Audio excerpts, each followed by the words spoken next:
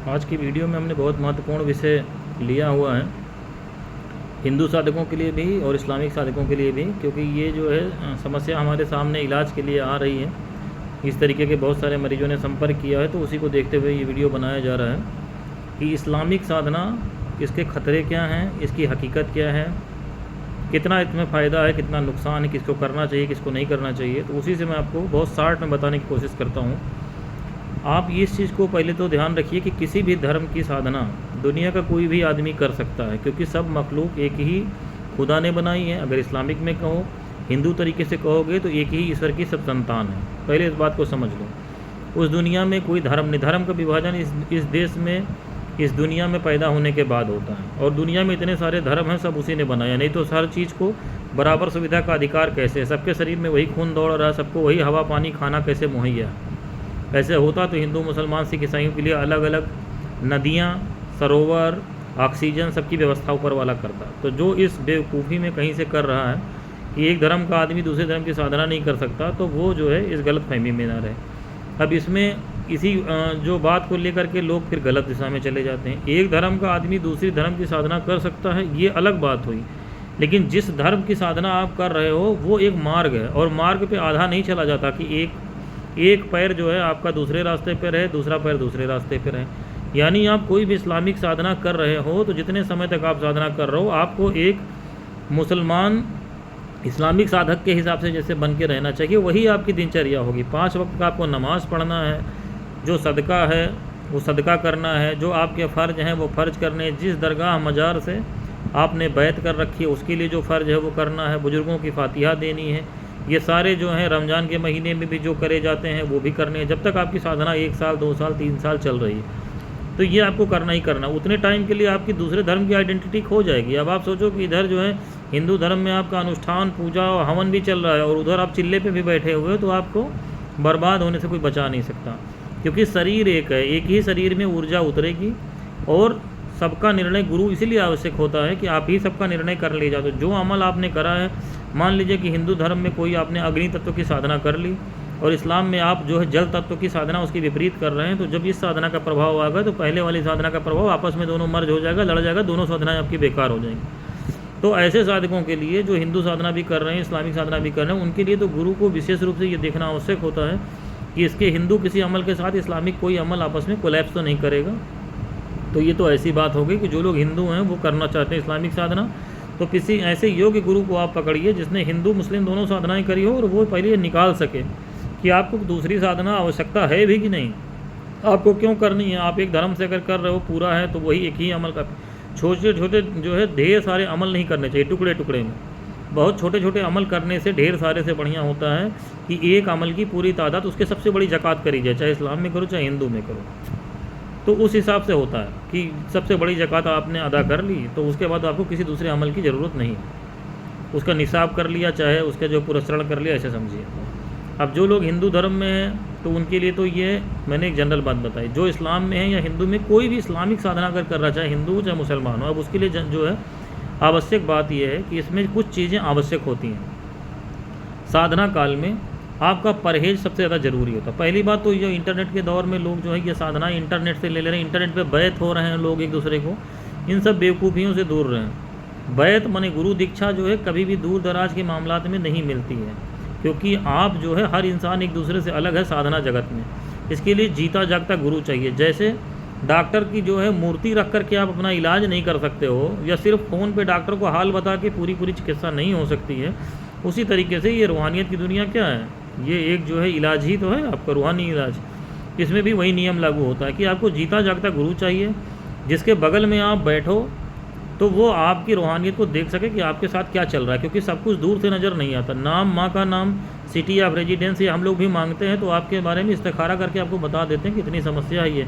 लेकिन जब बात साधना की आएगी, दीक्षा की आएगी, तो एक बार एनालिसिस करके आपको दीक्षा तो आमने सामने, या साधना या बैत करना आमने सामने होगा। क्योंकि जब आप आओगे बैत कराने के लिए या दीक्षा देने के लिए तो बहुत सारी चीज़ों की हाजिरी हो जाएगी जो छिपी हो सकता है उस समय रही हूँ, दूर से ना पता चल रही हूँ, तो उनको देखना होता है। फिर आपका जो पुराना संग्रह है, पुरानी साधनाएं क्या है, क्या आप अपने साथ बवाल लेके चल रहे हो, घर परिवार की कितनी रुज्जत आ रही है, जादू जिन्नात के मामले हैं कि नहीं, ये सब देखना पड़ता है, तभी किसी को बैत किया जा सकता है। क्योंकि जो भी अमल आप करोगे उसकी जो है रूहानियत जब आपके ऊपर आएगी और आपके साथ कोई समस्या है तो दोनों आपस में टकराएंगी, और जो भारी होगी वही दूसरे को चौपट कर देगी। तो जादू जिन्नात बहुत शदीद है, आपने कोई छोटा मोटा अमल जो है 1.25 लाख का कर लिया चिल्ला, तो आपका ये भारी पड़ जाएगा, जितने आप परेशान चल रहे थे उससे ज़्यादा बर्बाद में चले जाओगे। तो ये चीज़ समझिए। दूसरी बात ये है कि इस्लामिक साधनाओं में परहेज स्ट्रिक्ट होता है इन जनरल, जब तक आपके गुरु ने कोई स्पेसिफिक बात बताई नहीं हो। और गुरु से मेरा मतलब है कि आमने सामने किसी सिलसिले के जो बुजुर्ग हों, जो खुद ही अल्लाह ही राह पे हों, दुकान न चला रहे हों अपनी, जो मतलब चिल्ला करके सफल जीवन जी रहे हों, यानी सुलूक का सफ़र तय कर रहे हों, दुकान खोल के इलाज मुआवजा ना कर रहे हों, तो किसी सिलसिले से हों बुजुर्ग, और वो आपको बताएं कि आपको परहेज़ क्या करना है, तब तो ठीक है। नहीं तो आप इन जनरल याद कर लीजिए कि सभी साधनाओं में तर्के हैवानात परहेज जलाली जमाली। जलाली परहेज का मतलब नॉनवेज बिल्कुल नहीं खाना है, अंडा मुर्गा गोश्त, और जमाली में जानवरों से कोई भी चीज़ आती हो तो वो आप उसका प्रयोग ना करें। दूध नहीं ले सकते हैं, कोई भी ऐसा फल जिसमें छिलका ना हो वो आप नहीं खा सकते, क्योंकि मक्खी उस पर बैठती है। तो इस तरीके से परहेज रहेगा। और स्त्रियों का परहेज पूरी तरीके से है, ब्रह्मचर्य का पालन आपको करना यानी 40 दिन का आप चिल्ला कर रहे हैं, आप शादीशुदा हैं तो भी, नहीं है तो भी, आपको किसी भी स्त्री से संबंध नहीं रखना है और सोहबत नहीं करनी है, उससे दूर रहेंगे। दूसरी बात है कि या तो अलग स्थान ले लें या घर में एक अलग कमरा ले लें। कच्चा लहसुन प्याज आप नहीं खा सकते हैं, ये पूरी तरीके से परहेज है। तंबाकू गुटखा खैनी शराब मादक द्रव्य ये प्रयोग नहीं कर सकते हैं, ये स्ट्रिक्ट परहेज होता है। इसमें अलग कमरा होना चाहिए, फिक्स समय होना चाहिए, उसी समय पे करना चाहिए डेली, और लोगों से मिलना जुलना नहीं करना चाहिए उतने टाइम में। अपने जो अमलियात की दुनिया के लोग हैं उनसे तो आप मिलो, गुरु से मिलो, अपने बातचीत करो, लेकिन जनरल पब्लिक से ज़्यादा संबंध नहीं करना चाहिए, क्योंकि उस समय जो है इसकी रूहानियत जब धीरे धीरे आपकी तरफ बढ़ती तो गुस्सा आना बहुत ज़्यादा इसमें आपका हो जाता, स्वभाव गड़बड़ हो सकता। तो इस चीज़ का विशेष ध्यान रखें कि खाने पीने का जो परहेज है, स्त्रियों से परहेज, ये स्ट्रिक्टली फॉलो करेंगे, कम से कम मिलेंगे। और जो है इंटरनेट पे भी कोई भी अश्लील सामग्री या जो है दूसरे की बुराई इस तरीके की हरकतों में नहीं रहेंगे, न ज़ाहिरी दुनिया में करेंगे, किसी से बुराई करें दूसरों की या दुनियावी मामलात में हों। समय से जो है सोना उठना, खाना पीना कम खाना होता है, इसमें ठूंस के खाना नहीं होता है। तो इस तरीके से अगर आप करेंगे तो आपका चिल्ला 40 दिन में आपका गुरु देख रहा है, वो बताएगा, मुकम्मल हो जाएगा। और कोई बैठा है पाकिस्तान में, सबसे ज़्यादा ये गलती जो है पाकिस्तान में बैठे हुए बहुत सारे लोग यूट्यूब चैनल के चक्कर में कर रहे हैं कि उनका चैनल चल रहा है, कि वो लाखों की तादाद में लोगों को इजाज़तें दिए जा रहे हैं, वहीं पे बैठे बैठे बैत किए जा रहे हैं। और उससे होगा क्या कि लाखों लोग जो गलत तादाद में साधना करके फंसेंगे तो वो जान तो पाएंगे नहीं, उनकी ज़िंदगी में जो समस्याएँ आ जाएंगी तो वो सोचेंगे इसको कि हम लोग तो जो है किसी कोई मेरे ऊपर जादू करा रहा है, कोई परेशानी मेरे जो है सितारों की नहुसियत है, ग्रह खराब चल रहा है। लेकिन ऐसा नहीं है, जो आपने अमल गलत कर लिए उसकी बर्बादी जादू जिन्नात से हज़ारों गुना ऊपर होती है, क्योंकि जो अमल आपने गलत कर लिए और खुदा न खास्ता वो अमल अगर किसी सिलसिले से आपको मिला हुआ है, जिसमें बुज़ुर्गों की कैसे किसी बुज़ुर्ग की जो है दरगाह से आपने जो है मान लीजिए कि अमल ले लिया कोई, या रज्जाकू का अमल ले लिया, आपका ठीक ठाक चलता हुआ कारोबार है, आप सोच रहे हो और इजाफा हो जाए इसमें, या रज्जाकू का अमल ले लिया, चिल्ला करना शुरू कर दिया उसका और गलत कर दिया, औरतों से आपका जो है संबंध उस दौरान हो गए, जो स्ट्रिक्ट परहेज है उसका, या और परहेज आप नहीं कर पाए, तो चलता हुआ कारोबार आपका पूरी तरीके से बंद हो जाएगा, रुपए पैसे आपके पास आना बंद हो जाएंगे। एक मैंने अपना जो इसमें वाक़या भी बताया था एक मरीज़ का कि 1 साल लग गए थे उसको ठीक करने में, इस मुसीबत से निकालने में। जो इस समय लाखों रुपए का उसके अकाउंट में थे वो अठन्नी का मोहताज हो गया। तो इस तरीके का ये विज्ञान होता है कि अपनी जो गलत साधना या रुज्जत इस्लामिक करो चाहे हिंदू करो आपने कर ली, तो उसके प्रभाव से निकालने में बहुत अधिक समय लग जाता है, क्योंकि उसका इलाज बहुत मुश्किल होता है, उसमें पैसा भी बहुत खर्च होता है, आपको भी बहुत मेहनत करनी पड़ेगी, और उसका रिवर्सल जो है बहुत मुश्किल होता है। और उस दौरान जो नुकसान हो गया ये ओवरनाइट कभी ठीक नहीं होता है। अमल से की रुज्जत से निकलना, गलत अमल से बाहर आना एक लंबी प्रक्रिया है, 2 महीना 4 महीना साल भर 2 साल, पता नहीं कितना समय लग जाए, कितना शदीद आपको नुकसान हुआ, कितना गलत आपने अमल किया। तो ये लोग जो लोग इंटरनेट पे जो है गुरुओं से बात करके और बैत होकर के कोई चहल काफ कर रहा है, मैं रोज़ देखता हूँ चहल काफ कर रहा है, कोई बरती शरीफ करे जा रहा है, कोई हिजबुल बहर की बांट रहा है, कोई नादे अली शरीफ कर रहा है, कोई सिफाती नाम बांट रहा है। तो ये आप करो तो ये आप अपने लिए तैयार हो कि गुरु अगर आमने सामने नहीं है और वो चिल्ले में आपकी निगरानी नहीं कर रहा है और आपने इसमें जो मैंने नियम बताएं ये परहेज नहीं किया है, इस तरीके के कोई अमल कर लिया है और अगर आपकी ज़िंदगी में समस्याएं हैं तो आप समझ लो कि आप खुद अपने लिए ज़िम्मेदार हो। इसमें कोई जादू जिन्नात तो बाद में नंबर आएगा, वो सब काम नहीं करेंगे, पहले यही आपको बर्बाद कर देंगे। तो हम आप के लिए जो है जो कर सकते हैं, मैंने पहले भी बताया कि आपका अपना नाम, माँ का नाम, सिटी ऑफ रेजिडेंस, दुनिया में आप कहीं इतना बताओ तो हम आपको फ्री ऑफ कॉस्ट इस्तिखारे में ये बता सकते हैं कि आपकी ये समस्या है, इसका ये समाधान, ये करना आप ही को पड़ेगा, हमारे या किसी के करने से ये नहीं होगा। उसमें हम सहायता आपकी कर सकते हैं, तरीका बता सकते हैं, बुज़ुर्गों से बात कर सकते हैं, चाहे हिंदुस्तान में हो चाहे पाकिस्तान में हो। हमारे सिलसिले के बुज़ुर्ग हर जगह मौजूद हैं। चिश्तिया निजामिया सिलसिला हमारा है, जहाँ पे मदारी सिलसिला है, जहांगीरी सिलसिला है, तो सबके बुज़ुर्ग हर जगह पे हैं। लेकिन वहाँ वो प्रचार प्रसार करने के लिए नहीं है। जैसे उन्होंने अपनी ज़िंदगी जी है, आप उनके हिसाब से सही चलोगे। बुज़ुर्गों ने तो जो है इंटरनेट पे लोगों को शिक्षा दीक्षा दी नहीं थी, ना हज़ारों की तादाद में लोगों को बैत किया था।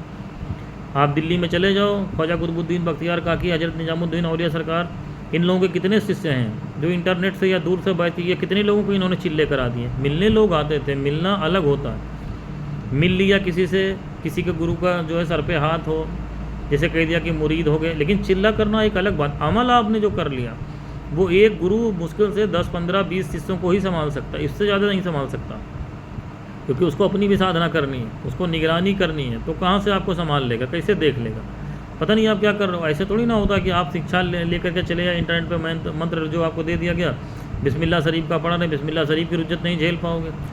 अब उसमें फ़ायदा हो रहा है, नुकसान हो रहा है, गुरु देख तो रहा आपको कि कौन सी चीज़ आपके बुलाने पे आ रही। बिना परहेज के आप पढ़ रहे हो, तो हर जो है अमल पे जो है आपको जिन्नात जो है सिफली की भी मखलूक आ जाएगी, पता नहीं ऐवान आ रहे हैं, मोकिलान आ रहे हैं, फरिश्ते आ रहे हैं, कौन आ रहा है आपको क्या पता है। आप गलत पढ़ोगे तो रिवर्स, जो अमल के फ़ायदे होते हैं उसी के उल्टे नुकसान आपको हो जाएंगे। अगर कोई कारोबार मैंने बताया या रज्जाकू का जैसे है रिस्क रोजी बढ़ाने के लिए, उसी का उल्टा हो जाएगा, वो चीज़ें बंद हो जाएंगी और शक्तियाँ इतनी बड़ी तादाद में आएंगी कि इनको हटाने वाला कोई नहीं, आप जान नहीं पाओगे कि आपकी कुव्वत नहीं है। और गुरु जी आपकी दोबारा बात नहीं करेंगे कि इंटरनेट पे जो है बात कर लें आपसे। बहुत सारे केसेस ऐसे भी सुनने में आ रहे हैं कि पैसा दे करके लोग जो है इंटरनेट पे बात कर रहे हैं। रिपोर्टेड केसेस में कि 3000 रुपया दिया तो 5 मिनट बात हुई, खासकर पाकिस्तान में ये समस्या आ रही। तो ऐसी चीज़ों से दूर रहें, क्योंकि पैसे दे करके आप कहीं आप बात कर रहे हैं तो आप फंसोगे। तो अगर 50 मिनट बात करनी है और 5 मिनट बात करने के आप 3000 रुपये दे रहे हो, तो कितने पैसे आप दोगे। गुरु की ज़रूरत रोज़ पड़ेगी अगर आप फंस जाओगे तो इन सब चीज़ों से दूर रहें। अगर इस्लामिक अमलियात में कदम रख रहे हैं तो आप समझ लीजिए कि किसी योग्य गुरु को तलाश करें जो जिंदा वली की तरीके से हो, खुद सलूक का सफ़र तय कर रहा हो, वही इस्लामिक साधनाएँ आपको करा सकता है। कोई इलाज मुआवजा करने वाला ये आपको जो है इस्लामिक साधनाएँ नहीं करा सकता, क्योंकि इसमें जो है सिलसिले की निस्बत चाहिए होती है, ऊपर तक की चेन गौस पाक सरकार तक की जो जाती हैं, और उसमें कोई भी गैर शरई काम आपके हाथ से हुआ तो वो तुरंत सपोर्ट हटा लेंगे। उनका कोई सपोर्ट जो है आपके काम नहीं आएगा। आप उनके नाम से जितना भी सदका करो, खैरात करो, माफ़ी मांगो, लेकिन अगर वो आपको जहन को पढ़ लिया कि आप जो है धोखा देने के उसमें थे, तो आपका जो है उसमें सपोर्ट नहीं मिलोगे। तो जो इस सिलसिले में कदम रखे ऐसे बुजुर्ग की तलाश करें जो खुद भटका ना हो, वो सलूक के सफ़र पे हो, और लोगों को शिक्षा देता हूँ उन्हीं लोगों को जो सही रास्ते पे चलने सलूक के सफ़र में है। बाकी जादू जिन्ना सीखने वाले या सिफली वालों को पकड़ दें, उसमें उनका उसी में भला है जो शैतान को पूजने वाले।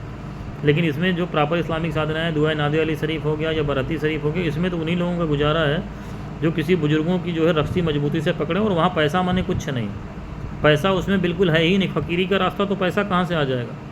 वो आपको तरतीब और तरीक़ेकार बता देंगे, आपकी निगरानी करेंगे, आपको बता देंगे कैसे क्या करना है, परहेज सारे बता देंगे, और इजाज़त आपको देख करके सालों साल लग जाते हैं इजाज़त लेने में इस्लामिक साधनाओं में।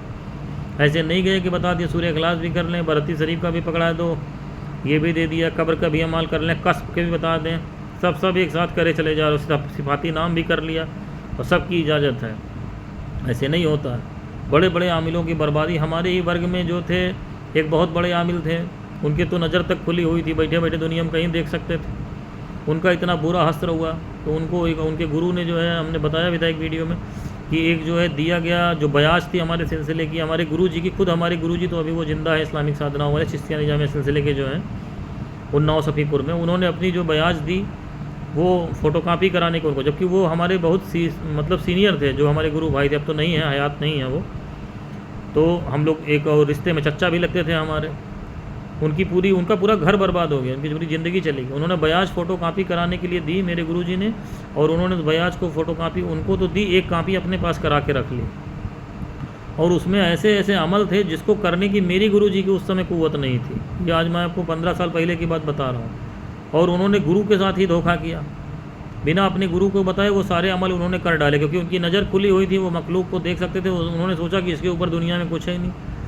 नज़र खुलने पे क्या दिखाई पड़ता है? खाली ये भूत प्रेत जिन जिन्नात देखने पड़ते हैं, लेकिन दुनिया में कितने लोग हैं, कितने पर्दे हैं, बातनी पर्दे, जो बुजुर्ग देख सकते हैं, जो अल्लाह के वली देख सकते हैं, वो ये बातनी आँख खुलने पे नहीं होता। बातनी आँख खुलने पे तुमको जादू जिन्नात ये भूत ही नज़र आएंगे, इससे ज़्यादा कुछ नज़र नहीं आएगा। लेकिन जो दूसरी दुनिया, जो अर्श से लेके कहते हैं कि फर्श से लेके अर्श तक का है, वो पूरा थोड़ा ना दिखाई पड़ेगा नज़र खुल जाने पे कि किसी की बातनी आँख कैसे खुल गई है। तो वो तो बुजुर्गों के उससे ही हो सकता है कि जिसकी तीसरी आँख बोलते हैं थर्ड आई खुल गई, या आज्ञा चक्र खुल गया, तो उनको लगा कि बस यही सब है, हम कर लेंगे, और वो सारे अमल उन्होंने कर डाले।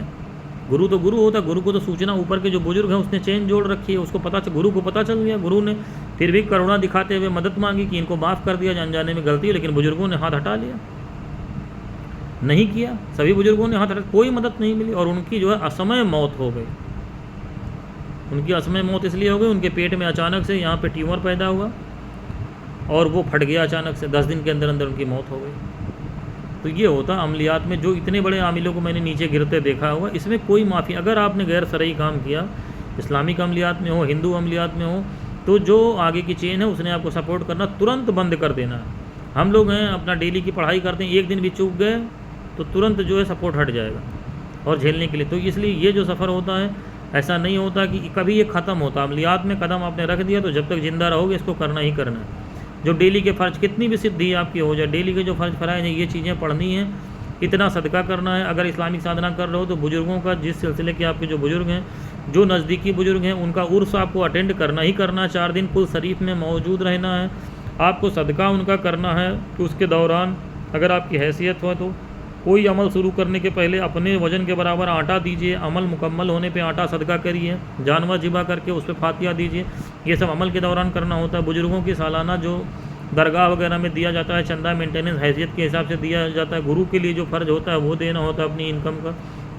ये एक लंबी चौड़ी श्रृंखला है, तब आपको सपोर्ट मिलता है। और अगर इस्लामिक साधनाओं में बुज़ुर्गों का सपोर्ट नहीं है, आप सोचो किताब से पढ़ लिया अल्लाह समद, बिस्मिल्लाह शरीफ लिखा हुआ है, कोई कुरान की सूरत उठा ली और उसका लग गए अमल करने, तो उससे क्या होगा? उससे कोई फ़ायदा नहीं होगा, सिर्फ नुकसान होगा आपको। क्योंकि बुज़ुर्ग जो है, जो अमल का चिल्ला वो कर चुके होते हैं, उस सिलसिले से जब आपको वही चीज़ मिलती है तो उसमें उनका जो है फैज़ रहता है, उसकी सारी कड़ियाँ खुली रहती हैं। तो वही आपको सूरह मुजम्मिल शरीफ अगर मिल रहा है, मान लीजिए किसी सिलसिले का आप करोगे, चिश्तिया निजामिया सिलसिले का मिले या कहीं का भी मिले, तो उसमें इन बुज़ुर्गों की तासीर रहेगी, तो उसका फ़ायदा भी उतना तेज़ होगा, नुकसान भी उतना तेज़ होगा।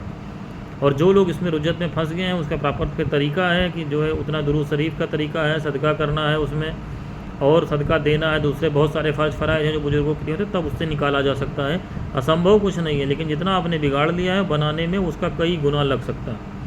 तो इसलिए ये वीडियो मैंने लोगों को समझाने के लिए बनाई। जो मुस्लिम भाई भी हमारा चैनल देखते हैं, आप हिंदुस्तान में हैं, पाकिस्तान में हैं, बांग्लादेश में, दुनिया के किसी मुल्क में रहते हैं, किसी भी धर्म के हों, इस गलती में ना पड़ें कि जब तक जीता जागता गुरु आपके साथ नहीं है और उसने खुद इस तरीके की साधना नहीं कर रखी है और सुलूक का सफ़र नहीं तय कर रहा है, इलाज मुआवजा और चैनल के लिए जो है धंधेबाजी नहीं कर रहा है, वो अपना खुद साधना कर रहा है, यानी जिसको रब मिल जाए, समझ गए, कि जिसमें बताया कि शरीयत, तरीक़त, हकीकत और मार्फत, ये जो 4 सीढ़ियाँ तय कर रहा है उसमें जा रहा है। तब हकीकत आखिरी है, उसके पहले मार्फत है, और तरीक़त और शरीयत। तो ये चीज़ें आप देख लो, इसके हिसाब से अगर चल रहे हो कि हाँ वो इस तरीके से है कि शरीयत से रहता है, तरीक़त को फॉलो करता है, मार्फत उसको आ गई है या नहीं आई, या मार्फत के रास्ते पे हो, तब हकीकत से उसका सामना होने वाला या हो चुका है, तो ठीक है। और इन चारों में कहीं फेल है अगर वो, तो फिर आप उसका चक्कर छोड़ दो कि वो चैनल, यूट्यूब का चैनल चला रहा है, हज़ारों की तादाद में नक्श लिख रहा है, ताबीज़ें बांट रहा है, लोगों को चिराग जलवा रहा है, और सबका इलाज किया जा रहा है। क्योंकि दुनिया ऊपर वाले ने बनाई, अगर सबके दुख दूर ही हो जाएंगे तो दुनिया में दुख नहीं रहेंगे। सबको सुख और दुख अपने कर्मों के अनुसार मिलते हैं। आप ये सोचो, किसी दरगाह, मजार, गुरु, हिंदू, मुस्लिम कोई भी हो, उससे आपको जो है बैत हो गई, दीक्षा मिल गई, और आप ये दुनिया में खुराफात करते रहो। आप दुकान खोलो तो लोगों को लूटते रहो, डॉक्टर हो तो लोगों को लूटते रहो, कोई भी बिजनेस कर रहे हो, नौकरी कर रहे हो, घूस लेते रहो, और वहाँ से आपने बैत कर लिया तो वो आपका सब देखे हुए हैं। तो ये बहुत बड़ी गलत फहमी में हो आपको, ऐसा कहीं न था ना है।